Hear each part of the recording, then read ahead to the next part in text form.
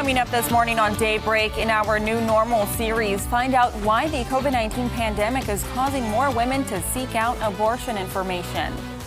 And a new partnership in hopes to help further mental health and social work education. Also, sometimes virtual learning just isn't an option for some kids. How a local Facebook group is giving parents and students a safe and different option for this school year. These stories and more this morning on Daybreak. Good morning. Thanks for joining us. Today is Monday, August 3rd. I'm Jennifer Abreu. Joe has the morning off. It is a new week, new month, and it feels a little bit cooler today compared to last week. Let's check in with meteorologist Elisa Raffa this morning.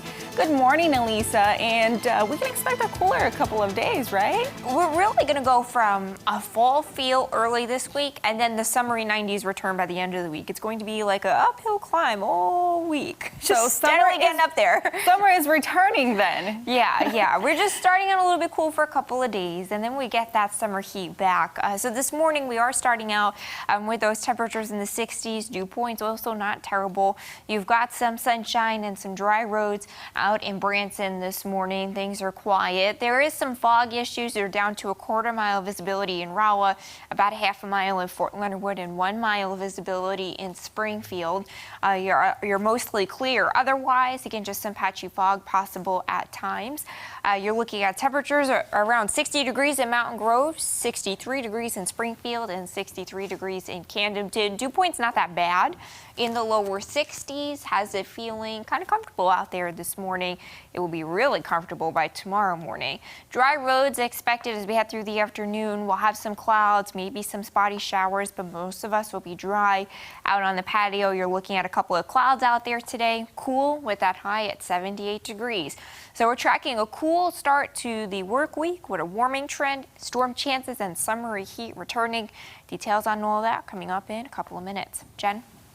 Local pregnancy resource centers are saying they are receiving more calls from women seeking abortion information. One center in Republic says the COVID-19 pandemic has a lot to do with it. They say before the virus, they were normally contacted about once a month regarding abortion services. But now they are getting about one call a week, if not more. Mary Jackson with the Republic Pregnancy Resource Center says many pregnant women are feeling overwhelmed right now because of the virus. The COVID's made them in crisis mode. It's the economy, because the COVID's hurt the economy, and they've lost their jobs. They might not get their jobs back. They might have been in a place during that time of isolation that they were lonely, and they made a mistake. We'll continue our New Normal series, and we'll be talking with Greene County Clerk Shane Scholler this Wednesday about how the election goes and what works and what doesn't, and things they might change for the November general election. Well, a partnership between a local mental health clinic and a university is providing tuition help for students getting master's degrees. It's an effort to help mental health and social work employees further their education. The tuition assistance program is a partnership between Borough and Missouri State. Each employee will receive $10,000 to help them complete their Master's of Social Work. The goal is to help employees get a higher degree in behavioral health. There is no limit to the number of applicants. Matt Lemon with Borough Behavioral Health and Dr. Michelle Day with MSU's School of Social Work say there are specific needs in the mental health industry. This is the first time I'm aware of anything in our area that's so focused on mental health.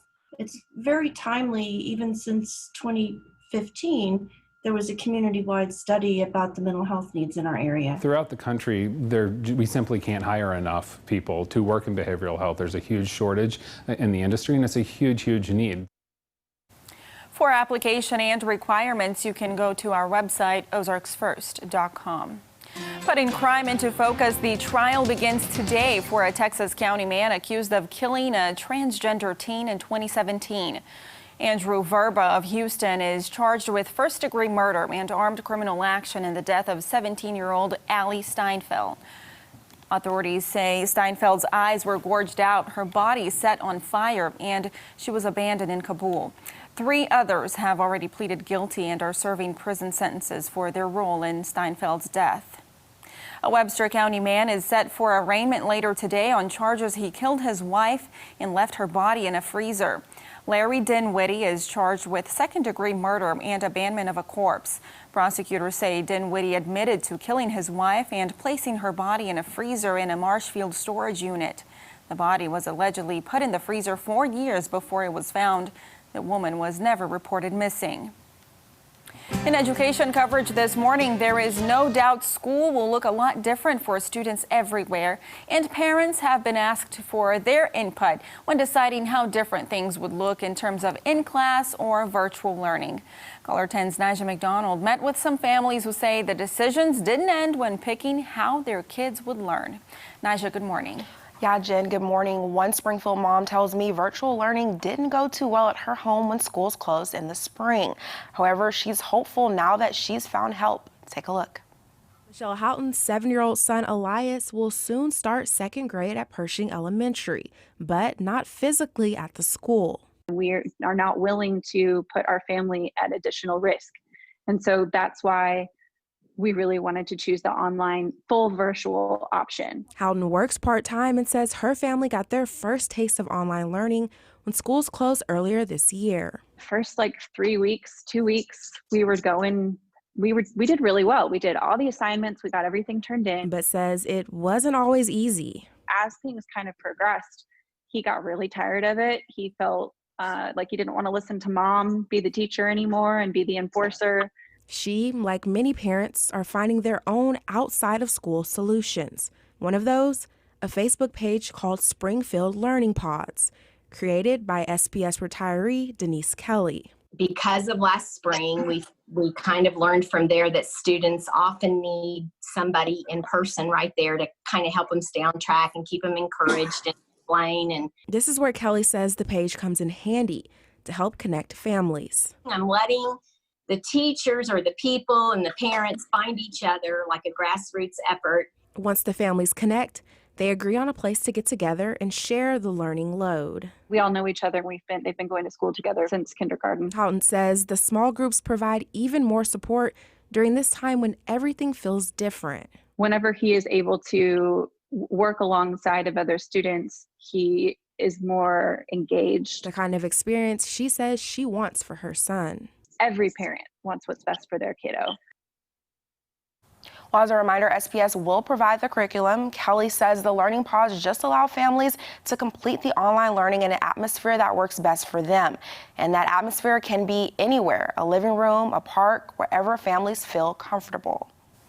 Thank you, Nija. We're starting out with some dry roads in Springfield this morning on the Color 10 Live Drive. Some patchy fog in spots, down to a mile visibility in Springfield and a quarter mile in Rolla. Details on a cool start to the week and a temperature warming trend coming up right after the break. From Color 10 Ozarks First, Jennifer Abreu, Joe Morano, and weather with meteorologist Alisa Rafa. This is Color 10 News Daybreak.